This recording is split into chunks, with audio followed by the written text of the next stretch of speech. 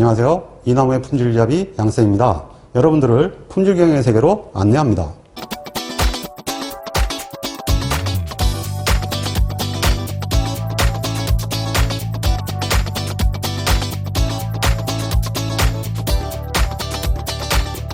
샘플링 검사에 대한 첫 번째 강좌는 검사에 관한 일반 사항으로부터 시작합니다.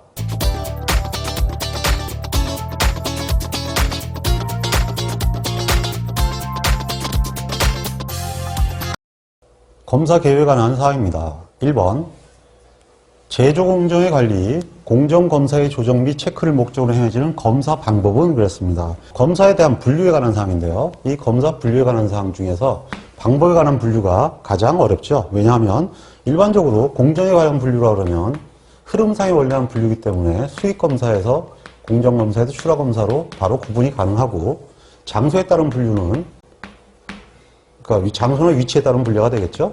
정위치냐 아니면은 수녀냐 뭐 이런 식으로 뭐 글자만 쳐다보면 이건 구분이 가능하고, 그 다음에 성질에 따른 분류는 성질에 따라서 다 때려 부신다. 파괴와 비파괴 이렇게 얘기하면 된다 그랬죠.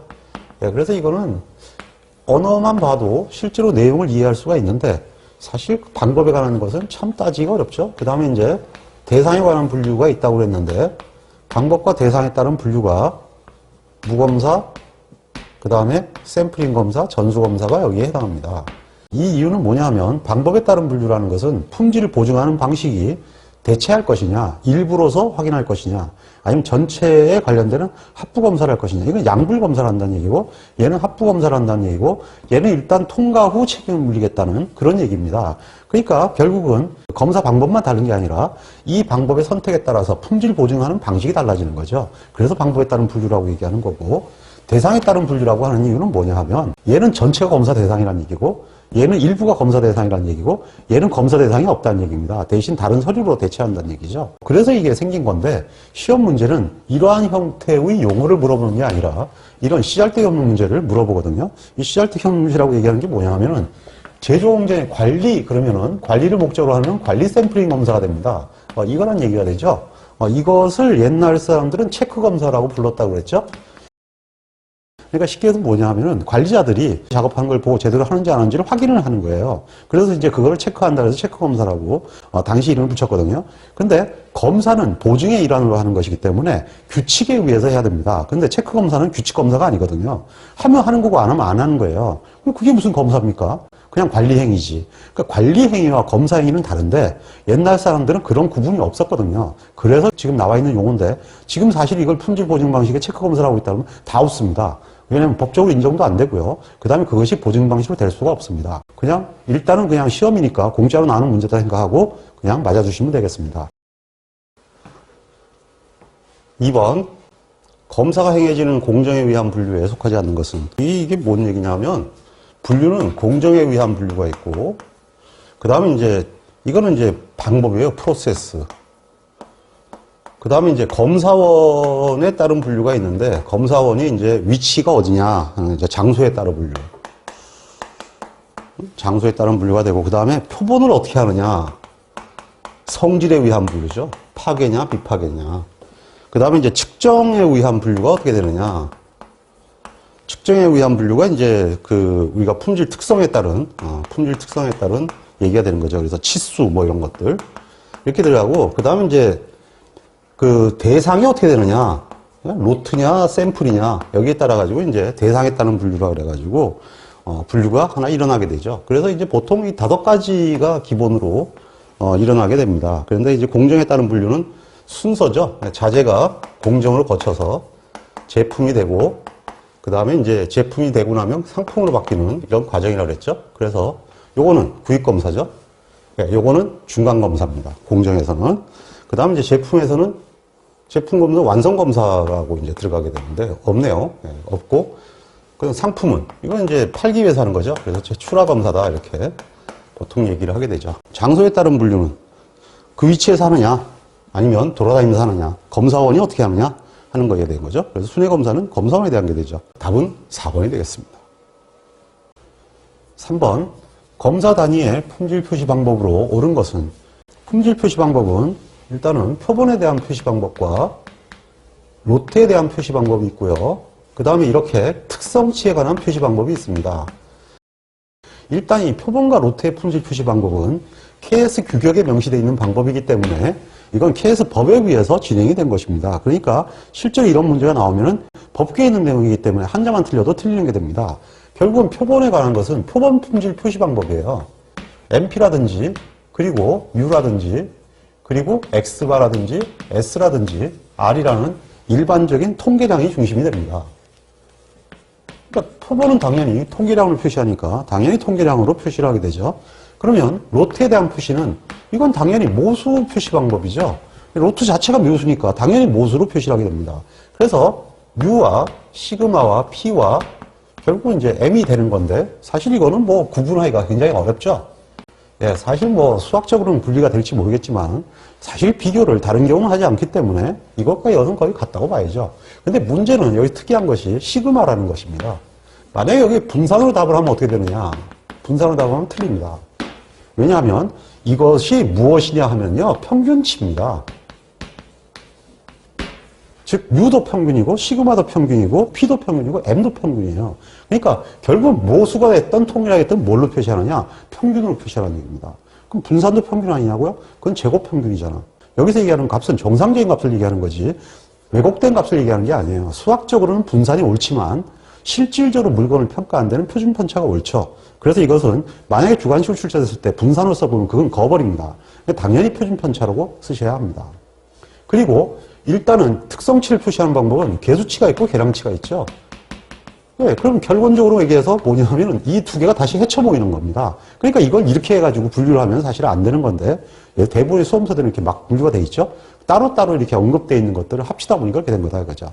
그래서 이렇게 나올 수도 있고 이쪽으로 나올 수도 있다는 거죠. 지금 현재 나온 것은 검사 단위의 품질 표시 방법을 하는데 검사 단위 품질 표시 방법은 U, 시그마, P, U 이런 것들이거든요. 그러니까 당연히 이거는 부적합수 결국은 이것이 되고요. 그 다음에 이걸 뭐라고 표현하냐면요. 특성이라고 표현합니다. 품질 특성에 의한 표시 방법. 이렇게 문제가 나오니까 무조건 품질 표시 그러면은 이것만 생각하고 해당되는 걸 찍으시면 됩니다. 5번 1상자당 각각 1000개의 볼트가 포장이 되어 있습니다. 그러니까 박스당 1000개니까 이거는 2단계 샘플링형 같죠? 예, N개가 이렇게 되어 있다는 얘기입니다. 이것이 80개가 있다. 예, 박스가 80개니까 이거는 M개가 되네요. 그러니까 상자 80개가 있고 상자당 개수는 1000개가 있다. 그러니까 토탈 8만 개가 있네요. 이 중에서 4상자를 샘플링을 했습니다. 그러니까 박스를 4상자를 뽑았으니까 2단계 샘플링을 하는 것 같죠? 각 상자로부터 50개씩을 뽑았다. 물론 4개의 상자에 대해서 50개를 뽑았다는 얘기입니다. 그러니까 총 시료수는 200개가 되겠네요. 근데 이 200개의 볼트를 조사했더니 이거 문제 잘 봐야 됩니다. 부적합품이 나올 수가 있고 부적합수가 나올 수가 있어요. 그래서 두 가지를 다 물어볼 수가 있기 때문에 이것은 무엇을 분야에 따라서 접근을 하셔야 되는데 지금 부적합품이라고 그랬죠. 그러면 4개, 2개, 8개, 6개라고 얘기했죠. 그럼 부적합수는 4개, 2개, 8개, 6개라는 얘기는 이 4개의 상자에서 이런 식으로 나왔다는 얘기가 됩니다. 그럼 토탈 20개가 나온 거죠. 그러면은 분량률 P는 200개에서 20개. 여기다 삭화 쓰는 거 아시죠? 이건 추정치란 뜻입니다. 즉 통계량이라는 뜻이 되죠. 이른바 점추정치입니다. 그러면 0.1이다 이렇게 되죠. 즉 10%가 되겠네요. 이때 볼트의 부적합수는 총 몇 개냐 이렇게 물었네요. 부적합품 수는 샘플의 개수가 아니라 전체의 개수니까 8만 개에 대해서 10% 추정한다는 얘기죠.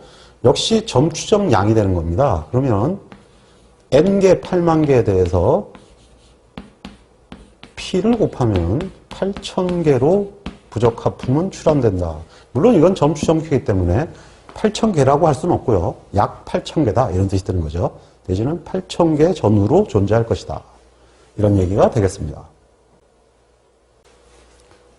6번 로트의 형성에 있어서 원료별 기계별로 특징이 확실한 모수적 원인으로 로트를 구분하는 품질관리 수법의 명칭은 네, 문제 품질관리 수법의 명칭이라는 얘기가 나오는 이유는 아마 용어가 전부 다 해당될 수가 있기 때문에 그렇게 나온 것 같습니다. 무슨 얘기냐 하면 노트를 형성하는 데 있어서 우리가 포엠에 관련되는 항목들을 나누는데 그것을 변경점이라고 합니다. 그래서 이 변경점을 기준으로 노트를 나눠야 올바른 층별이 되죠. 그 층별을 할 때 군간 변동은 크고 군내 변동은 최소화한다 이런 얘기였었죠. 그 자체가 바로 변경점으로 노트를 구성하라는 얘기입니다. 그래서 품질은 반드시 변경점 위주로 노트가 구성이 돼야 되는데 근데 이렇게 구분하는 기법이 무엇이냐 이렇게 묻는 겁니다. 이거는 품질 관리에서는 이런 식으로 내든 안 내든 간에 고유적으로 용어가 정해져 있습니다. 부분군으로 나누기 때문에 군별도 맞을 수가 있고 군을 구분하는 거니까 군 구분도 맞을 수가 있고 그 자체가 해석을 하는 거지만 이거는 나누는 건 아니니까 얘만 빼고 이건 다 답이 될 수 있어요 사실은. 근데 천하 없어도 품질 관리에서는 이 용어를 한 가지 용어로 씁니다. 그게 바로 뭐냐 하면은 바로 층별입니다. 7번 앞에서 설명한 판정 대상에 의한 분류가 나왔습니다. 검사 방법이나 판정 대상에 대한 분류 얘기했죠? 예, 네 가지가 있다 그랬습니다. 전수검사, 무검사, 샘플링 검사. 세 가지가 있다 그랬네요. 이 샘플링 검사는 다시 관리 샘플링 검사와 로트별 샘플링 검사로 나눠진다고 되어 있습니다. 근데 실제로 로트별 샘플링 검사는 우리가 알고 있는 샘플링 검사고요. 샘플링 검사의 원칙이 뭡니까? 로트로 구분할 수 있느냐 없느냐. 그래서 로트별 샘플링 검사를 기준으로 하고 그 체크 검사라는 그 회계한 검사를 관리 샘플링 검사라고 합니다. 자, 어쨌든 간에 파괴 검사는 성질에 의한 분류라고 그랬죠. 그래서 분류 방식에서 틀렸기 때문에 답은 4번이 되겠습니다. 9번 임계불량률이 45%입니다. 임계불량률은 바란스 불량률이죠. 바란스 불량률이라는 얘기는 당연히 전수검사와 무검사로 인한 손실비 이 자체의 균형점을 얘기합니다. 그래서 임계불량률보다도 불량률이 낮으면 무검사가 이익이고 임계불량률보다 높으면 전수검사가 이익이다. 뭐 이러한 형태의 관점이 아니라 품질이 나쁠수록 검사라는 보증 시스템을 도입해야 된다는 그러한 사고방식 때문에 이게 나온 거라 그랬죠. 그러니까 품질이 우수하다면 검사가 필요하기라고 생각하는데 굳이 검사를 할 필요가 없다. 근데 품질이 나쁘다면 검사를 해야 된다. 근데 솔직한 얘기로 이 무검사로 인한 손실비가 PN, 즉 총 불량 개수에서 불량으로 인한 손실 금액인데 사실 저 손실 금액을 알기가 어렵죠. 왜냐하면 소비자가 단순한 실패 비용은 알 수 있지만 소비자가 그 물건에 대해서 엔티하게 움직이는 사항을 알 수가 없기 때문에 사실은 이 비용은 우리가 알고 있는 것보다 굉장히 더 크다고 할 수가 있습니다. 그렇기 때문에 결국은 품질 수준을 우수하게 가져가는 것이 기본적으로 이익이다 하는 교훈에 관련되는 곡성이 된다고 그랬고 이것은 시험 문제에서 무조건 여러분들이 이렇게만 알고 있으면 만사 불여튼튼이라고 그랬죠. A, B, C. 즉 불량으로 인한 손실비, 그 다음에 검사 후 발견된 불량의 수선비, 처리, 수선 뭐 이런 게 되는 거죠. 수리비용, 그 다음에 이거는 검사비용이다 이렇게 얘기했는데 지금 현재 문제가 불량으로 인한 손해액이 250원이라고 그랬습니다. 그리고 C는 없죠. 예, 없고 얘는 모르는 거고 얘가 45%네요. 그러니까 0.45는 250분의 A다. 그러면 검사비용은 얼마냐? 113원 정도 되네요. 임계불량률이 45%라는 거는 굉장히 좀 특이한 문제죠. 11번 크기가 1500개인 어떤 노트에 대해서 전수검사 시 개당 검사비는 10원이라고 했습니다. 무검사로 인하여 불량률이 손익 때문에 발생되는 손실은 200원이니까 B가 200원이네요. 이때 임계 부적합품률은 얼마며? 그럼 PB는 그냥 B분의 A죠? 특별하게 지금 C가 없으니까요. 그러면 5%네요. 임계 불량률은 5%다. 답이 이쪽이 될 건데. 근데 여기서 지금 따지는 것은 검사를 해야 되느냐 말아야 되느냐를 묻고 있죠. 노트의 부적합품률을 3%라고 할 때 어떤 검사를 하는 편이 이익이냐. 자, 임계 불량률이 5%인데 지금 현재는 5% 이내 쪽에 불량률이 나타나고 있습니다. 그 얘기는 이게 무검사 비용이고 이게 전수검사 비용인데 전체적인 손실 비용 자체가 무검사일 때가 훨씬 작죠. 당연히 이 경우에는 무검사를 해야겠네요. 답은 3번이 되겠습니다. 12번 다음 중 샘플링 검사보다 전수 검사가 유리한 경우는 어떻게 되느냐. 예, 이거 조심해야 되는 게 유리한 경우입니다. 그 필수적인 경우가 아니에요. 그러니까 예를 들면 그 전수 검사 무조건 해야 되고 치명적인 거 전수 검사 무조건 해야 되죠. 근데 여기 그런 게 없죠. 예, 그게 나오면 그거는 무조건 전수 검사를 해야 되는 거는 저 치명적인 거죠. 예, 그래서 이제 그런 걸 요구하는 게 아니라 유리한 경우니까 전수 검사를 하는 편이 더 나은 게 뭐냐 이런 거예요. 검사 항목이 많으면 전수 검사를 하기가 어렵죠. 이건 굉장히 어려워요. 그러니까 샘플링 검사가 상대적으로 유리하겠죠. 검사 비용에 대해서 제품이 고가라면 이건 전수 검사가 유리합니다. 근데 고가라 그래가지고 전수 검사를 꼭 할 필요는 없죠. 왜냐하면은 치명적인 건 아니니까요. 예, 그래서 이제 이 경우에는 이제 전수 검사가 유리한 경우가 되는 거예요. 그러니까 치명적인 거하고 고가인 거하고는 좀 차이가 있는 거죠. 그 다음에 검사 비용을 적게 하는 것이 이익이 되는 경우. 검사 비용을 적게 하는 게 이익이 되면 샘플링 검사를 해야죠. 전수 검사는 다 하는 거고 샘플링 검사는 일부 하는 거니까 당연히 이건 샘플링 검사죠. 그 다음에 이제 아주 특이한 게 하나 있다 그랬죠. 샘플링 검사가 유리한 경우 생산자에게 품질 향상에 자극을 주고 싶을 때 이거는 당연히 샘플링 검사를 해야죠. 이건 당연히 샘플링 검사를 해야 되는 이유가 뭐라 그랬어요? 품질이 안 좋다는 얘기예요. 자극을 준다는 얘기는. 품질이 나쁠 때 전수 검사는 그래도 검사에서 양품을 골라 쓰는 거예요. 샘플링 검사는 로트 자체가 아웃이죠. 예, 로트 자체가 아웃이니까 품질이 나쁜 사람한테는 샘플링 검사가 더 무서운 거죠. 예, 그래서 이런 얘기가 나온 거죠. 그래서 답은 2번이 되겠습니다. 14번 샘플링 검사와 전수 검사를 비교하여 설명한 내용으로 틀린 것은. 예, 이번에는 샘플링 검사와 전수 검사가 나와 있습니다. 샘플링 검사와 전수 검사를 구분해서 비교를 할 때는 샘플링 검사는 가성비가 좋고요. 전수 검사는 비싸고 위험한 거일수록 무조건 전수 검사를 해야 된다. 그러니까 비싸고 위험하면 일단은 샘플링 검사를 못 하는 거죠. 근데 반면에 파괴 검사는 뭐 무조건 전수 검사는 못 하고 샘플링 검사만 가능하죠. 이렇게 전수 검사와 샘플링 검사가 일방적으로 해당되는 그런 사항들을 제외하면 샘플링 검사가 전수 검사보다 가성비가 좀 좋다. 뭐 이런 식으로 대충 용어가 정리되어 있죠. 이렇게 접근하면은 얘기가 되죠. 우선 가장 샘플링 검사의 특징 중에 하나가 1번이 나왔네요. 품질 향상에 대하여 생산자에게 자극을 주려면 전수 검사가 아니라 이거는 당연히 샘플링 검사를 해야 됩니다. 이거 왜 그러냐 하면 품질 향상에 대한 자극을 준다는 자체가 생산자가 불량률이 높다는 얘기입니다. 그러니까 품질이 안 좋을 때 자극을 주는 방법은 불합격을 시키는 건데 전수검사가 일견 불합격률이 높다고 생각할지 모르겠는데 전수검사는 따지고 보면 이게 검사가 아니라 선별이에요. 기본적으로 전수검사는 양품을 쓰겠다는 얘기예요. 그러니까 양품만 쓰고 불량은 빼는 거죠. 근데 샘플링 검사는 계약 위반이면 불합격이에요. 불합격이면 무조건 안 쓰는 거죠. 그러면 특히 품질이 안 좋은 생산자의 위험이 되는 것은 전수검사일까요? 샘플링 검사일까요? 당연히 샘플링 검사죠. 두 번째는 검사가 손쉽고 검사 비용에서 얻어지는 효과가 올 때, 즉 쉬우면 전수검사를 해요. 즉 파괴검사에서는 물품을 보증하는데 샘플링 검사 외에는 생각할 수가 없다. 당연히 샘플링 검사 외에는 파괴검사는 못해요. 그리고 검사 비용을 적게 하고 싶을 때는 샘플링 검사가 일반적으로 유리하다. 검사를 조금만 하는 게 이익이다. 뭐 이런 식으로 얘기를 한 거죠. 예, 그런데 뭐 실질적으로 이 두 개만 비교한다면 이거 자체는 틀린 게 아니죠. 여기서 1번이 가장 많이 틀리게 나온 걸로 하니까 반드시 유의하시기 바랍니다. 15번 전수검사와 샘플링 검사에 관한 비교 설명 중 틀린 것은 전수검사에는 이론적으로 샘플링 오차가 발생하지 않는 게 아니고요. 전수검사는 샘플링 오차가 없어요.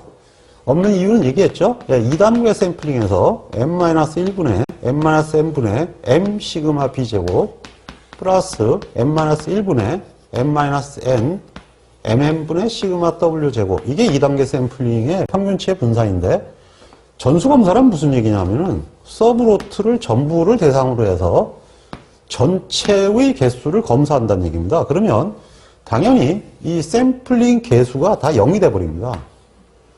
그러면 0이 돼버리면 군간 변동이 됐건 군내 변동이 어떤 얼마가 됐든 간에 개수 0을 곱하면 얼마가 됩니까? 당연히 0이 되죠. 이거는 무슨 얘기냐 하면요. 전부 다 검사를 했어요. 그러면 평균 분량률이 정확하게 나옵니까? 안 나옵니까? 그 로트의 평균 분량이 정확하게 나올 거 아니에요. 그럼 끝난 거죠. 그 평균치가 오차가 얼마까 있겠습니까? 그냥 측정한 그대로죠. 실제로 전수검사는 샘플링 자체를 안 했으니까 당연히 샘플링 오차는 이론적이 뭐고 현실적으로 없는 거죠. 그 다음에 두 번째는 일반적으로 전수검사는 샘플링 검사에 비해서 검사 비용이 많이 든다. 이것이 이제 옛날에 비교해요. 샘플링 검사를 할 것이냐 전수검사 할 거냐. 그렇게 본다면 당연히 전수검사 검사 비용이 많이 들죠. 일부 하는 거하고 전체 하는 거하고 이쪽이 당연히 많은 거 아니겠습니까? 완전 코미디 문제죠. 그리고 세 번째는 부적합품이 로트에 포함될 수 없다면 전수검사를 할 수밖에 없다는 얘기는 무슨 얘기냐면 샘플링 검사는 부적합이 발생할 확률을 낮춘다.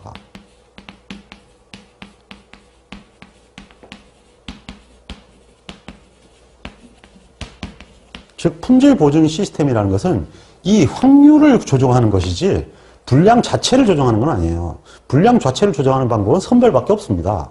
그러니까 당연히 분량이 로트에 없어야 되는 조건은 검사가 아니라 선별이죠. 그래서 전수검사가 이게 선별이기 때문에 선별로 실행을 해야 되는 것이고 샘플링 검사를 하는 이유는 현재 우리가 공정상에 나와 있는 품질 수준이 유지가 되느냐를 보는 거예요. 그리고 이 품질 수준은 0으로 되어 있는 경우는 없거든요. 어떤 형태가 되든 0. 몇 프로, 000으로 나가더라도 분량은 확률적으로 나올 수밖에 없어요. 그 확률이 더 커지지 않도록 억제하는 것이 품질 보증 시스템입니다. 물론 처음에 설계를 할 때는 이 확률 자체를 낮추는 거죠. 그래서 이론적 확률을 낮추는 것과 그것이 이제 표준이라면 표준을 유지하게 하는 것, 그것은 뭐냐 하면은 이론적 확률에 최대한 근사하게 생산할 수 있게 하도록 하는 것, 이것이 목적이기 때문에 분량 확률을 억제하는 그러한 활동을 품질 보증 시스템이다, 이렇게 얘기를 하게 되는 거죠. 그리고 시료를 랜덤하게 추출할 경우, 즉 시료를 샘플링할 경우에 샘플링 검사 결과와 전수 검사 결과는 일치하게 된다. 일치를 할 수가 없죠. 그럼 왜 그러냐 하면 전수 검사는 모수를 얘기합니다. 여기서 얘기하는 것은. 그러니까 정답을 얘기하는 거고요.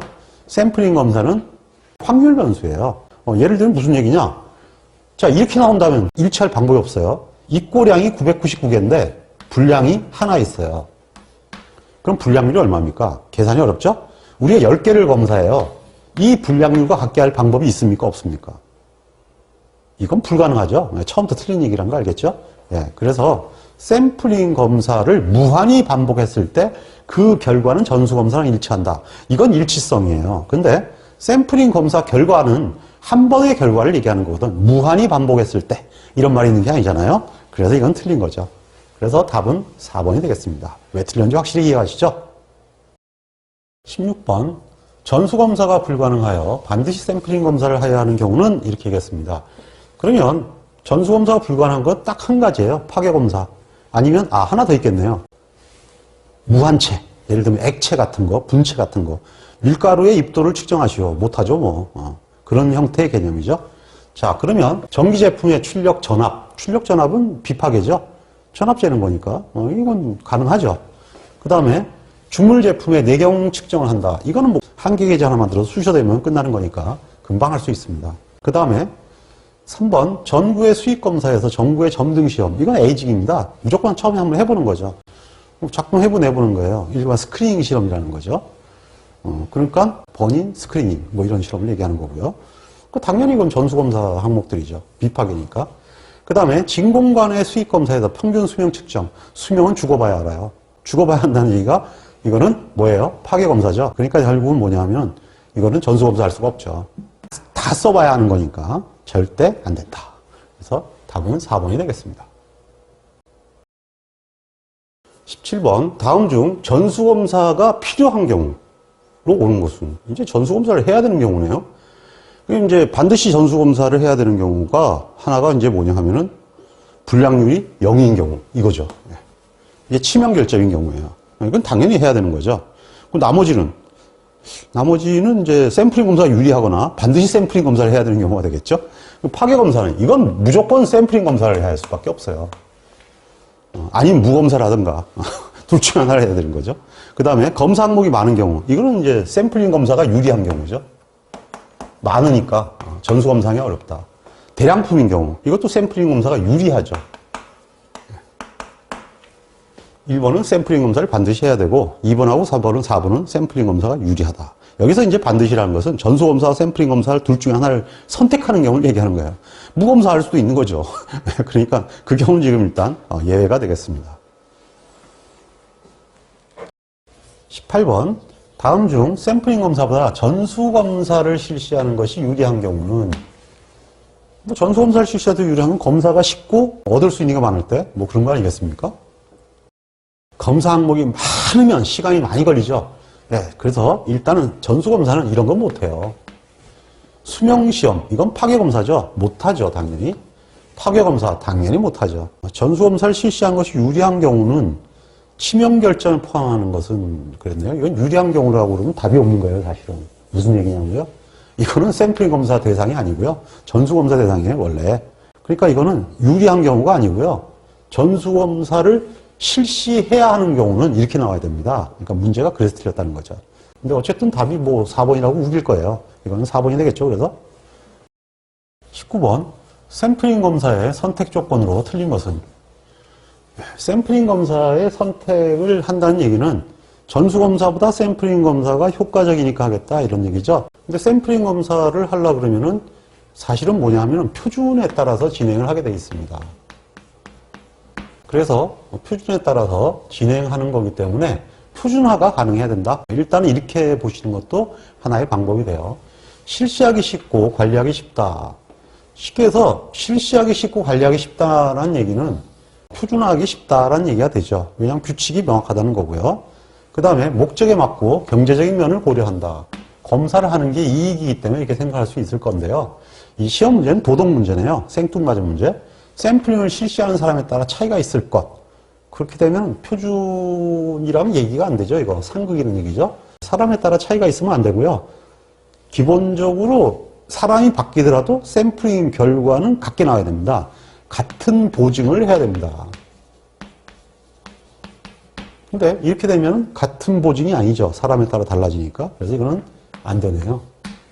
공정이나 대상물의 변화에 따라 바꿀 수 있을 것. 표준을 개정할 수 있어야 된다. 이런 뜻입니다. 이건 표준화를 하는 것이 이익이다. 이것은 표준화가 가능하다. 뭐 이런 차원에서 나온 문제입니다. 20번. 개수치 샘플링과 비교해서 계량 샘플링 검사에 대한 설명으로 옳은 것은, 얘는 어렵고 얘는 쉽다. 그래서 이 가성비 생각하면 되는 거죠. 그래서 이걸 구분해 가지고 따지면 계량과 개수를 쉽게 구분한다고 했습니다. 가성비는 계량치가 좋고 개수치는 쉽다. 품질 특성의 측정이 상대적으로 쉽다. 그러면은 개수죠. 네, 개수가 되겠습니다. 한 가지 샘플링 검사만으로 제품의 모든 품질 특성에 관한 판정을 내린다. 이게 뭔 얘기냐면요. 그냥 개수치를 얘기하는 거예요, 이거는. 그러니까 분량 하나로 어떤 특성이면 치수, 무게, 질량, 뭐 등등등등 있겠죠. 예, 이것을 한꺼번에 그냥 다 이것도 분량, 저것도 분량, 저것도 분량 하니까 한 가지로만 분량으로 판정하면 된다. 뭐 이런 뜻이 됩니다. 문제가 좀 꽁수 같죠? 예, 어쨌든 간에 이거는 개수가 됩니다. 개수의 요게 아닌 유일한 형태의 항목 중에 하나예요. 샘플링 검사 기록이 앞으로의 품질 문제 해석에 상대적으로 큰 도움이 되지 못한다. 그렇죠. 가성비가 떨어진다. 그럼 개수가 되겠죠.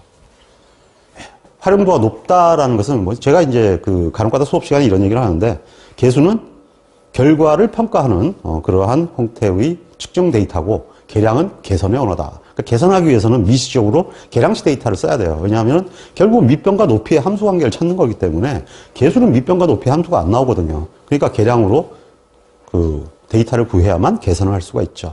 그러니까 해석에 상대적으로 도움이 되는 것은 당연히 상대적으로 도움이 되는 게 아니라 계량 외에는 답이 없는 거예요. 예, 그래서 측정을 해가지고 접근하는 게 원칙이 되는 거죠, 개선은. 검사를 위해서 추출된 샘플에 분량이 전혀 포함되어 있지 않더라도 불합격이 될 수 있다. 이것은 계량의 특징이죠. 이게 왜 그러냐면 국격이 이렇게 있는데, 계량치 같은 경우는 검사를 했더니 표본이 여기 나온 거예요. 이렇게. 그러면 이제 하나도 분량은 안 났죠. 그렇지만 이것을 집합을 따져보면 이런 형태로 집합이 되어 있다고 보이거든요. 그러니까 분량이 이만큼 난다고 판단이 되게 되죠. 그래서 이제 이러한 형태의 판단을 위해서 이걸 불합격시키는 거예요. 그래서 샘플링 검사의 하한치가 이거보다 이제 규격 안쪽으로 많이 들어가 있죠. 예, 샘플링 검사를 계량치를 배워보면 알겠지만 규격 하한에 K 시그마를 더한 값이고, 또는 규격 상한에 K-시그마를 구한 것이 X바 1과 X바 2가 되죠. 그러니까 X바가 분량이 없다 하더라도 이것보다 작다면 불합격이 되니까 그것이 바로 이런 논리에 의해서 불합격이 되는 겁니다. 자, 그러면 답은 4번이 되겠죠. 21번. 다음 중 개수형 및 계량형 샘플링 검사에 대한 설명으로 틀린 것은?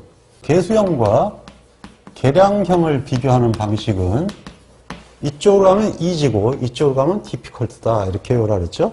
그리고 일로 가면 가성비가 우수하다, 정보량이 늘어난다, 표본수가 줄어든다, 뭐 이렇게 되는 정도 뭐 얘기하면 이제 끝나는 거예요. 여기다 맞추면 끝나는 거죠. 틀린 것은 이렇게 물었죠. 일반적으로 개수형 검사, 계량형 검사의 표본 크기는 여기가 일방적으로 많죠. 얘가 무조건 많습니다. 일반적으로 계량형 검사는 개수형 검사보다도 정밀한 측정기가, 그러니까 돈이 많이 들어가는 거죠. 정밀한 측정기가 요구된다. 그러니까 이건 맞는 거죠. 검사의 설계 방법 및 기록은 계량형 검사가 어렵다, difficult. 이것도 어렵다, 다 D죠. 단위 물품의 검사에 소요되는 시간도 계량형이 길어야겠죠. 개수형 검사의 경우가 일반적으로 작다. 개수형을 얘기했으니까 이건 당연히 easy 쪽이죠. 답은 1번이 되겠습니다. 23번. 샘플링 검사에 관한 설명으로 틀린 것은? 계량 샘플링 검사가 검사 비용 및 관리비가 일반적으로 높다. 예, 어쨌든 검사 비용이나 관리비가 계량이 일단 돈은 많이 들어가요. 어렵다 이런 얘기죠. 개수검사에서는 각 검사 단위를 합격, 불합격으로 분류한다. 이거는 문제가 정말 애매하게 썼네요. 검사 단위라고 얘기해 놓으니까 개개란 뜻이 되겠죠. 한국어 해독을 잘해야 될 것 같아요. 합격, 불합격이라 그랬는데요. 이거 양품 분량이다 이런 뜻인 것 같아요. 그러면 맞는 거죠. 진짜 어렵게 말 애매하게 써놨네요. 그 다음에 개수치 검사의 경우가 계량치 경우보다 시료가 많아야죠. 이건 시료가 많아야 됩니다. 빠른 대신에 양으로 얘기해야죠.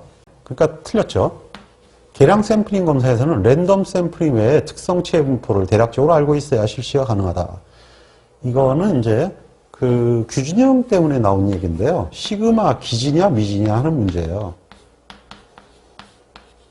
그러니까 사실상 시그마 기지란 얘기는 분포를 알고 있다는 얘기고 시그마 미지란 얘기는 사실상 분포를 모른다는 얘기입니다. 그러니까 표본수가 굉장히 많아지게 되죠. 그렇기 때문에 대개가 거래를 하면서 그 분포에 대한 얘기를 하고 이렇게 맞춰나간다 이렇게 얘기가 되는 거거든요. 24번. 계량치 샘플링 검사에 대한 설명으로 틀린 것은? 계량 샘플링 검사에 대한 설명으로 틀린 거니까 개수형을 찾으면 되겠네요. 분량이 전염 노트가 불합격될 가능성이 있다. 금방 설명했죠? 계량 품질 특성이므로 개수형 데이터를 바꾸어 적용할 수는 있습니다. 근데 그럴 필요는 없죠. 굳이 뭐 계량치를 개수치로 바꿀 필요는 없는데 히스토그램 같은 게 쓸데없는 짓 하는 거예요. 사실은. 그래서 이제 그 뭐 데이터를 가지고 도수로 나타내니까 문제가 있잖아요. 오늘날은 그렇게 안 하고 닷플롯이라든지 아니면 줄기 그림 같은 거 이런 걸 통해 가지고 그 히스토그램 그리지 않고 그냥 있는 상태 그대로 확인하는 그런 기법들이 많이 나와 있죠. 그래서 실질적으로 할 수는 있는데 그럴 이유가 사실은 없는 거예요. 바꿔 적용할 수는 없다. 그러니까 이건 틀렸죠. 이게 2번이 틀렸네요. 검사 대상 제품의 품질 특성에 대해서 분리 샘플링 검사가 필요할 수 있다. 이거는 조금 말을 좀 이상하게 문제가 내놨는데 층별이라고 표현하는 게 오히려 더 맞겠죠. 그래서 품질 특성을 좀 더 층별해가지고 하게 되면 사실은 정확한 내용들을 알 수가 있죠. 왜냐하면 복합적으로 섞여 있으니까 개수치 같은 경우는 사실은 뭐가 문제인지를 모른단 말이에요. 근데 어떤 특성으로 나눠가지고 측정을 하게 되면 기본적으로 무엇의 문제인 줄 알죠. 무게의 문제냐, 길이의 문제냐, 아니면 두께의 문제냐, 뭐 이런 것들을 그냥 명확하게 알기 위해서는 층별을 해야죠. 그걸 아마 분리 샘플링 검사라고 쓴 것 같네요. 품질 특성의 통계적 분포가 정규 분포에 근소하지 않을 경우에 적용하기 곤란하다. 그러죠. 품질 관리는 표준 환경화에서 일어나기 때문에 특히 모든 거래가 이건 무조건 정규 분포예요. 그래서 정규 분포 이외의 분포는 생각할 필요가 없어요, 사실은. 괜히 쓰잘데기 없이 들어가 있는 거죠, 사실. 그러니까 실질적으로 표준의 상태에 대한 명확한 이해가 없다니까 이런 얘기가 들어가는 건데 표준 환경에서는 사실 정규분포로 일어납니다. 무조건. 정규분포 안 일어나는 경우는 데이터가 조작된 거거나 아니면 변경점 분리를 못해서 그런 거예요. 이상치 한두 개가 뜨는 거지. 그 이상치 관련이 잘 안 되면은 당연히 그 문제가 있어서 안 나오는 거지. 문제가 없는데 정기분포가 깨지는 경우는 없습니다. 그 일종오류밖에 없어요. 25번 시험 기간이 길고 전 항목을 동시에 시험할 때 검사하는 방식으로 적합한 것은. 시험 기간이 길고, 그 얘기는 무슨 얘기냐면요, 시간이 길다는 거예요. 근데 전체 항목을 동시에 실험하는 검사 방식이라고 되어 있네요. 그러니까 모든 항목을 동시에 하고 실험 기간이 무지 길어요. 실험 기간 하나 검사할 때마다 무지하게 길기 때문에 이 경우는 전 항목을 너무 시간이 기니까 동시에 이렇게 실험을 한다 그랬거든요.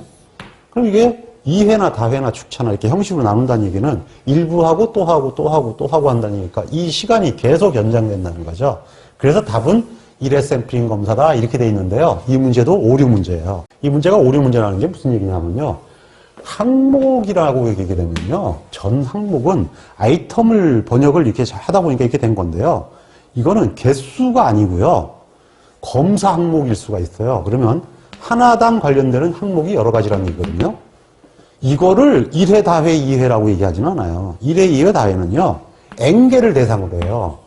그래서 이렇게 항목이 아니라 샘플링 표본수를, 표본의 크기를 1회로 할 거냐, 다회로 할 거냐, 이렇게 물어봐야 돼요. 근데 지금 현재 문제가 항목이라고 묻게 되면은 이게 코미디가 되는 거죠. 그러니까 하나는 길이, 하나는 무게, 하나는 두께, 이런 것들로 구성이 되어 있는데 그걸 어떻게 축차로 합니까? 못하지. 그러니까 이 문제를 낸 의도는 지금 얘기한 대로 이건데, 의도는 이렇게 해놓고 시험전 출제는 이렇게 해놨죠. 27번 1회, 2회 다회의 샘플링 형식에 대한 설명 중 틀린 것은.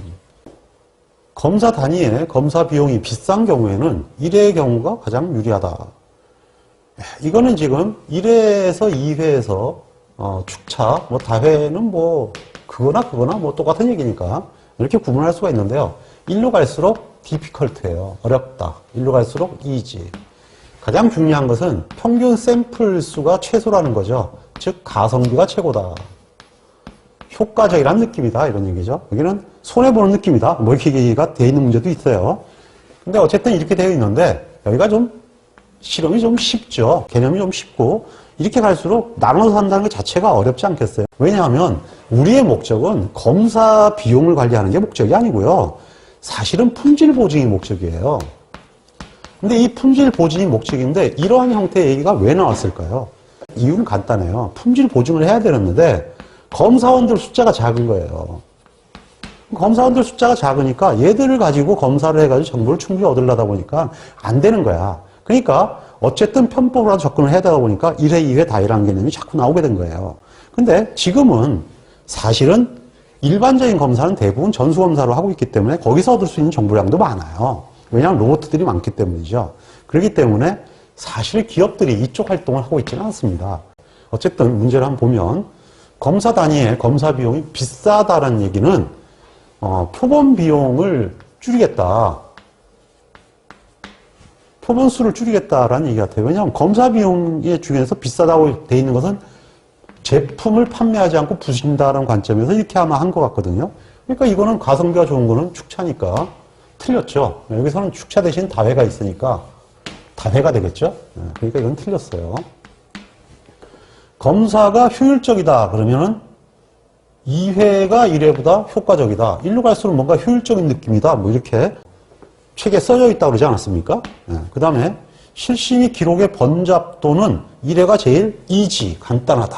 그렇죠? 그 다음에 검사 로트당 평균 샘플 크기는 1로 갈수록 샘플 크기가 줄어드는 걸로는 들은 건 사실이에요. 굉장히 줄어들게 돼 있죠. 그래서 당연히 이것이 효과적이다. 다회가. 뭐 이렇게 얘기가 되기 때문에 이게 맞는 거죠. 그러니까 이제 사실은 1번이 틀리는데 사실 오늘날은 이런 형태의 개념 정도만 알고 있으면 되지 이걸 사용하는 기업들이 거의 없다는 것을 상식적으로 알고 계시면 됩니다.